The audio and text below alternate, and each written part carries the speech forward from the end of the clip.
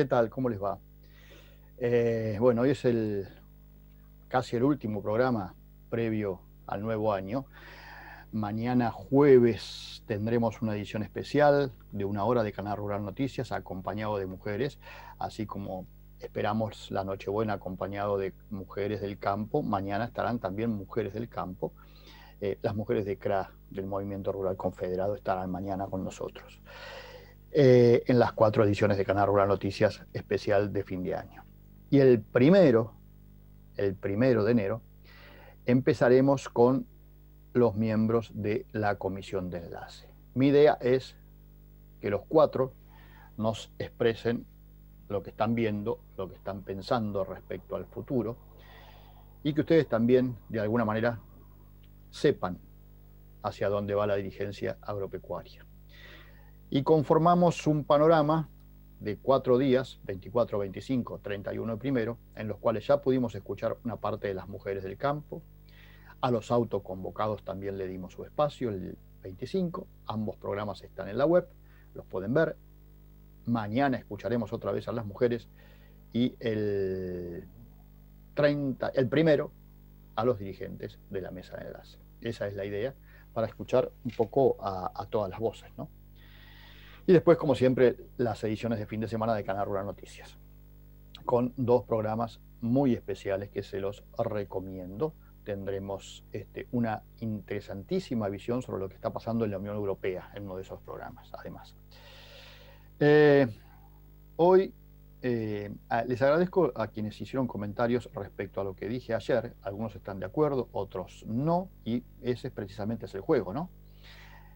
Uno dice lo que siente, piensa, y siempre ha tratado de ser lo más transparente posible con lo que les transmite. Por eso hice ese comentario ayer en donde involucré a mucha gente, pero para que ustedes sepan cómo es la cosa, más allá de lo que ven de frente a las cámaras. Hay mucho trabajo atrás, mucha conversación, mucho diálogo. Hay un equipo de gente con el cual compartimos todos los días, con el cual discutimos, nos peleamos, nos amigamos. Es parte de todo esto, ¿no?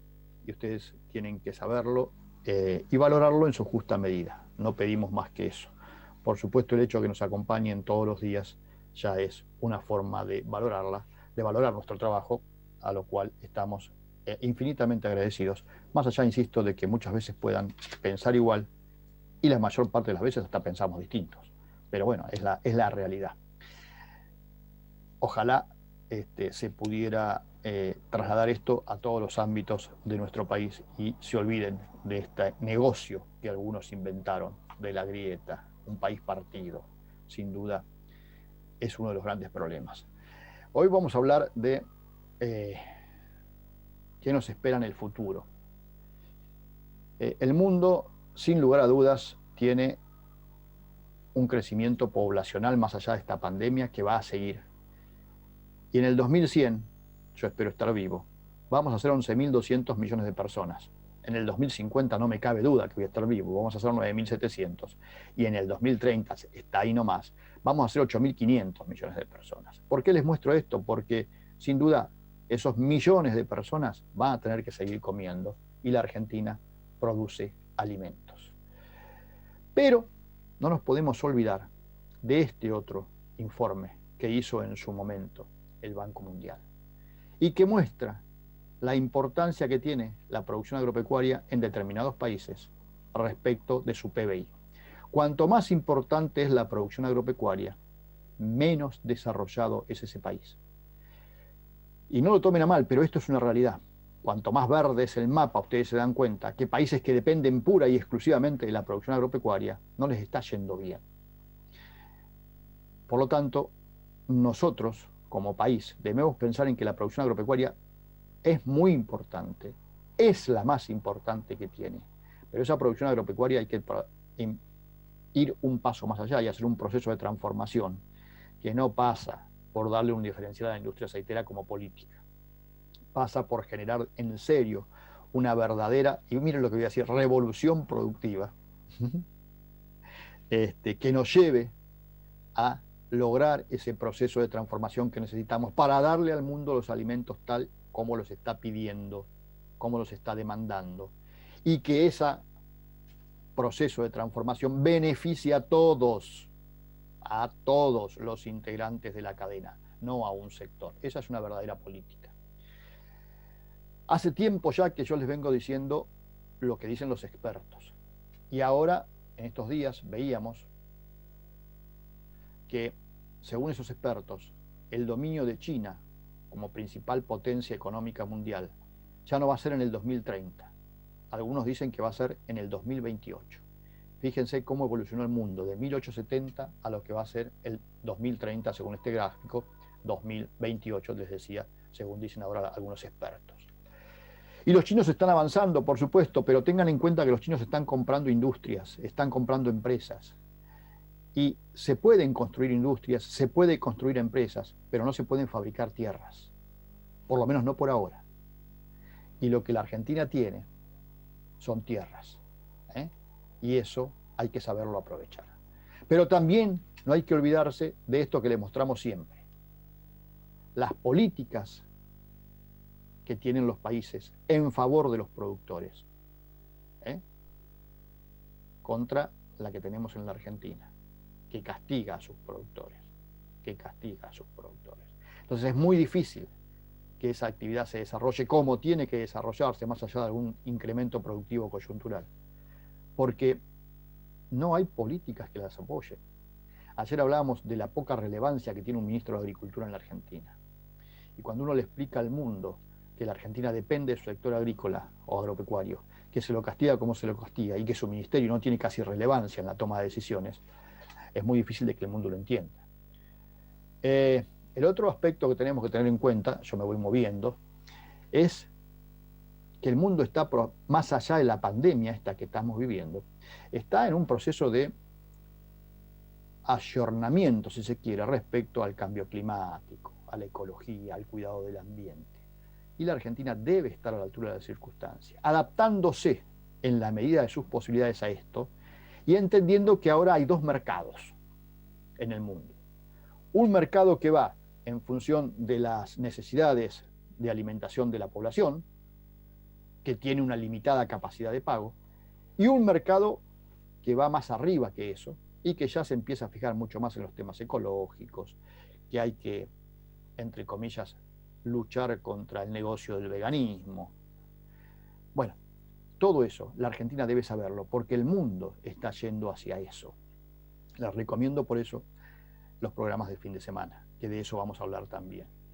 De los estilos de vida,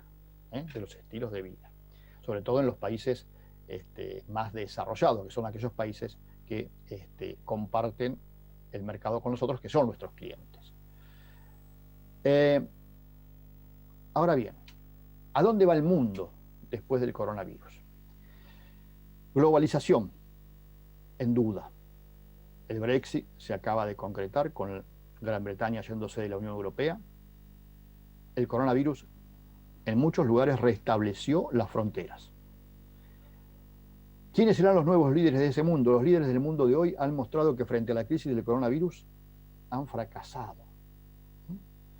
Podrá haber alguna matiz, qué sé yo, les digo, el chino, Xi Jinping, no le ha ido tan mal después de todo. Para algunos generó el virus y para otros ya lo controló, mientras el resto del mundo todavía no sabemos qué hacer. Merkel da la sensación que lo manejaba bien, tiene sus complicaciones, toda Europa los tiene hoy, y entonces, pero no nos olvidemos que Merkel hace 16 años que ya gobierna Alemania, y esto es otro dato, cuando alguien sirve, en el mundo sigue estando. Un mundo en donde cada vez, también de esto vamos a hablar el fin de semana, hay menos democracia, préstenle atención, de esto vamos a hablar el fin de semana. En algún momento se van a normalizar las actividades económicas y humanas. Ahora, en ese momento, ¿se van a normalizar como era antes o van a cambiar? Muchos pensamos al principio, yo tenía mis dudas, pero muchos lo pensaban en todo caso, que íbamos a tener un mundo mejor en cuanto al comportamiento social de sus habitantes. Yo les puedo asegurar, me da la sensación que quienes pensaban eso se equivocaron feo. Hasta yo les diría que puede salir un mundo peor en cuanto al comportamiento social de sus habitantes. Después están las estrategias productivas de cada país, que evidentemente se han replanteado, en donde no es lo mismo que antes. Ahora se dieron cuenta que hay cosas que no se pueden dejar de producir en los países, desde la tontera esta de los barbijos, que Europa, por ejemplo, se dio cuenta que no los tenía cuando llegó el momento de la crisis y hubo que recurrir a China y dijeron, cuidado, hasta insumos médicos, y entre ellos los alimentos, la revalorización de los alimentos. Por eso estos precios tan firmes, a pesar de que hay una buena oferta, porque hay una demanda más grande, porque los países se dieron cuenta que no pueden quedarse sin alimentos. Y en todo eso la presencia del Estado. También esto desnudó que en aquellos países en los cuales el Estado perdió presencia para cumplir las funciones para las cuales está llamado a cumplir, salud, seguridad, educación, en aquellos países en donde se dejó esto en manos del sector privado, salud, seguridad y educación, no fueron precisamente los que mejor estuvieron preparados para enfrentar esta crisis que vivimos con el mundo y el coronavirus. Pero ahora viene lo más difícil, que es cómo reconstruimos la Argentina. Y para reconstruir la Argentina tenemos que asumir cuáles son las bases de esa reconstrucción. Tenemos un coronavirus que todavía no sabemos cómo vamos a salir. Tenemos márgenes de pobreza como nunca antes en la Argentina. Y la pobreza no es solo un número. La pobreza en la Argentina hoy se ve en las calles. Se ve en la puerta de cualquier casa, por lo menos de lo que es la ciudad de Buenos Aires, el Gran Buenos Aires, Córdoba, Rosario. La crisis económica es muy seria, pero no es nueva. Estamos conviviendo con ellas desde hace 40 o 50 años, con periodos muy relativos de una meseta que después volvió a profundizar la caída. Tenemos una crisis social, tenemos un país partido, que tampoco es nuevo, pero nunca probablemente con la fuerza que se lo ve hoy. Probablemente porque existen muchos más medios de comunicación, las redes sociales y todo eso. Pero un país partido no es negocio solo para quienes lo provocan y lucran con él. Para la mayoría de la población es un muy mal negocio, por eso tenemos la pobreza que tenemos. Tenemos una crisis ética. Yo no quiero dar nombres acá, pero observen a quienes votamos, observen a quienes valoramos como comunicadores. Miren su historia, por favor. Todos tenemos una historia, revísenla antes de tomar en serio lo que nos dicen o lo que nos cuentan. Hay una crisis ética, una crisis de valores, sin lugar a duda. Sin lugar a duda, no se valora la educación en la Argentina como se debe valorar, por ejemplo. Y muchas otras cosas más no se valoran. La ética, la moral, la decencia. No se valora la decencia. Tenemos una crisis de confianza, sin lugar a dudas también. Somos de por sí muy desconfiados y tenemos razones para hacerlo. Pero no solo del gobierno, también entre nosotros. Y eso genera una crisis de credibilidad muy grande. Es decir, tenemos todas las crisis que se le pueden ocupar. Evidentemente es muy difícil salir de esta situación. Va a ser muy difícil. Sobre todo si no asumimos que el acompañamiento del Estado es necesario. Cuando digo Estado, me refiero a Estado. Después tenemos el problema de los gobiernos que administran ese Estado. El gobierno que administra ese Estado, y en la Argentina no lo es, debe ser independiente del poder económico. En la Argentina hace años que no lo es. Y acá están los resultados. La Argentina depende del campo hoy. Y veíamos que no le alcanza con eso. Vemos que no le alcanza con eso.